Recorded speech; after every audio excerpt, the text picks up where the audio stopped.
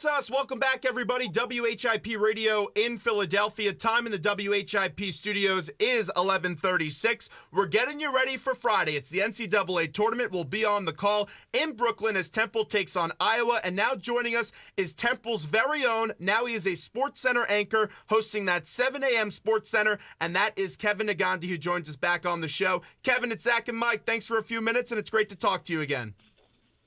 Good to be back with you guys. I hope you guys are well and get ready for Friday. Oh, well, we're getting ready, and everyone on campus, there's that certain buzz that's going all throughout Broad Street as everyone's getting pumped up for Temple to play Iowa. A lot of students will be heading down to the Barclays Center as Temple gets a favorable draw in terms of location. But I thought Temple would actually be playing tonight or tomorrow in Dayton. I was surprised when they were a 10 seed. Give me your reaction, Kevin, when you heard Temple was going to the tourney as a 10 seed. I was expecting an 11 seed in the play-in game and that potential Vandy situation. So I was pleasantly surprised that they were a 10 seed in Brooklyn. But the committee has a sense of humor, and placing Villanova, as a potential round 2 matchup, I think that the committee can play whatever they want to play, and when they're explaining that, they don't look at stuff like that, but coincidentally, it seems to happen every year that you see a matchup and you're like, wait a second.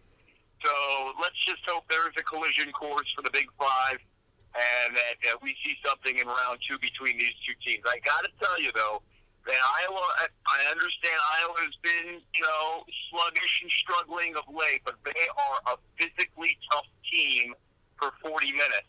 And the one thing I want to see from the Temple Owls is them play 40 minutes. We've seen spurts. We've seen them play maybe potentially in some games a good 30 minutes. They are not good enough to beat an Iowa team unless they play a full 40 minutes of Temple basketball. And that means no turnovers, and they just have to. They have to stay consistent with the outside shot, because if they don't get the board, it could be a long afternoon. I agree with you. We were talking about it before you came on.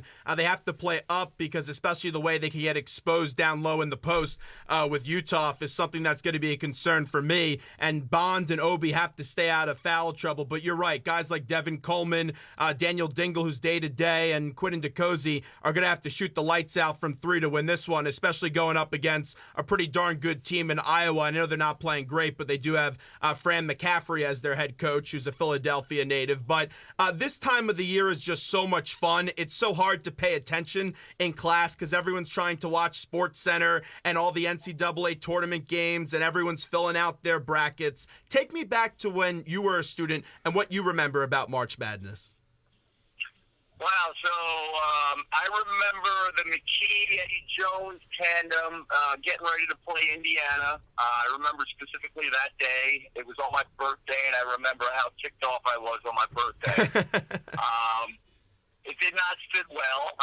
When I was there as well, we had a little battle with Cincinnati a couple times. And, Cincinnati, that's when Bob Huggins was there. And, Temple had a really good shooter in Johnny Miller, and he was an outside player, and boy, he could ball. And as the back end of my time at Temple, I knew a couple of the guys in that team that should have really that's the team that really breaks my heart, that should have gone to the Final Four, that lost to Seton Hall for Coach Chaney, that featured Pepe Sanchez, it had Mark Karcher. So I saw a lot of good basketball. I was always nervous. I never, ever felt like Temple got a fair shake in draws or geographic location. They always felt like they were in Washington and Spokane or somewhere that was a little too far for anybody to travel. Now it's kind of a different story. I mean, for you guys, I think, first off, I want to commend what you guys do for thank you. The radio station. You guys do a lot of stuff. You're taking advantage of the opportunities that are there. We didn't have a lot of that when it came to getting the chance to travel. I did that on the women's basketball side, doing play-by-play, but you guys have that opportunity to potentially go to games and do some of the side stuff pregame and postgame that we didn't have that opportunity. But, I still have the same feeling 20 years later that, gut-wrenching time in mid-March and, every shot matters. And, we saw that a few years ago in the Khalif Wyatt game against Indiana and how close it was and the joy, and then at the same time, the moment of agony at the end. There's nothing better about March basketball. And when you were here, John Chaney was obviously the coach, and he's an iconic figure here at Temple University. Just a few weeks ago, they were honoring one of his teams of the past, and he still gets a standing ovation anytime he comes in the Liacouras Center. Just what do you remember about John Chaney when you were here at Temple University? First off, I love the man deeply. And so anytime I hear Coach's name or I hear somebody share a story or a situation, I smile.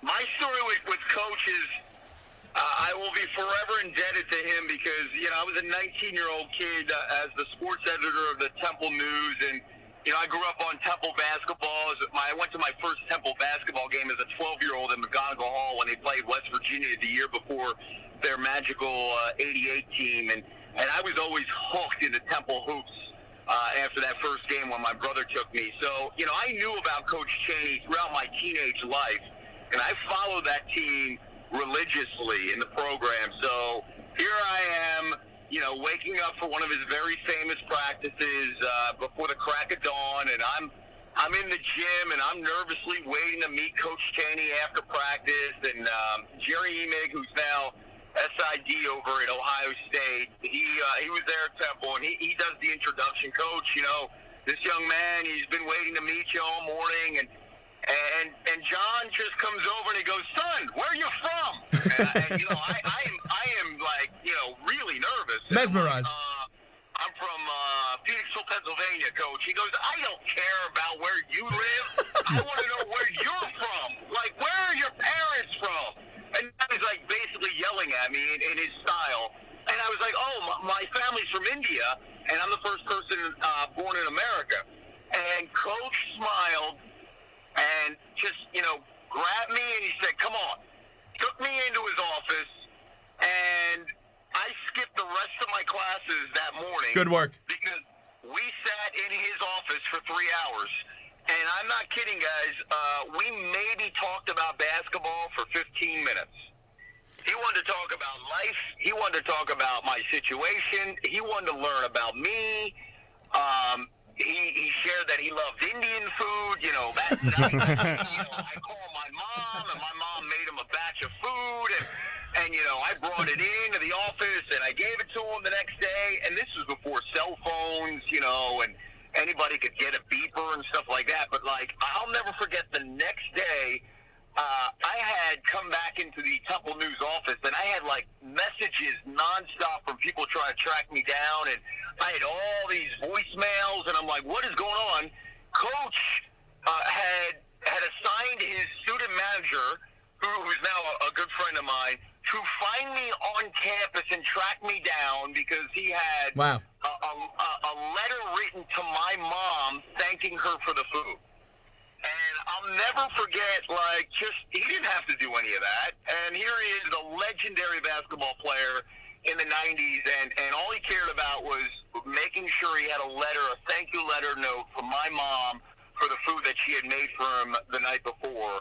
And then, we caught up and we talked about the food, and I adore the man. I will always look to him as a guy that, when he is around, I will stop whatever I'm doing and just listen and basically clear out my schedule. And I think I was very lucky to be blessed in the presence of him when he was still, Coach Chaney, the guy that was leading Temple University. But what I found out was I saw the Coach Chaney all his players adored and loved. And when I see guys come back and I hear stories, and it just makes me smile that they keep the tradition going. I see Aaron all the time whenever I'm on campus. I see Mark Macon all the time, and when I talk to those guys, I know how much they love him, and I know it's because it's beyond basketball, and I had the chance to experience that. It was beyond basketball after that 3-hour session with him. So Coach will always have a special spot in my heart.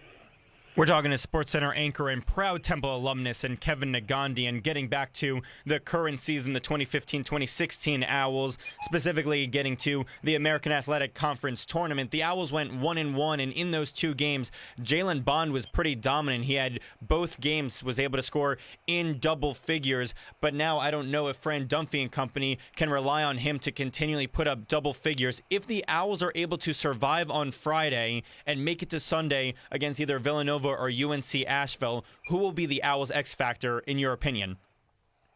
I mean, I think no matter what, it's the cozy. I mean, Q's got to step up and score points. That's what the tournament's all about.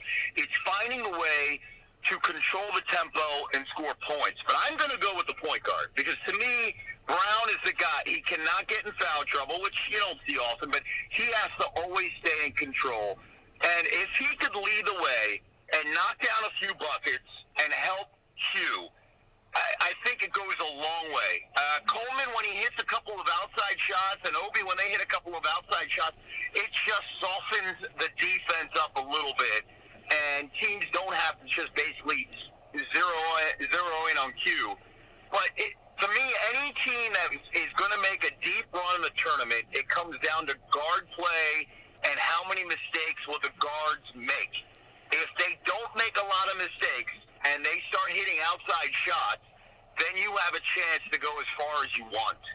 So this will come down to Brown, playing smart, being effective the entire time he's on the floor, and if he can hit a few jumpers, I think it can go a long way. But I go back to Q. I'll stay on Q. They need Q to play a legitimate 35 minutes on the floor on both ends. And if they can get that from him, then they have a good shot to beat Iowa, and they have a legitimate shot and chance to entertain any scenario against Villanova.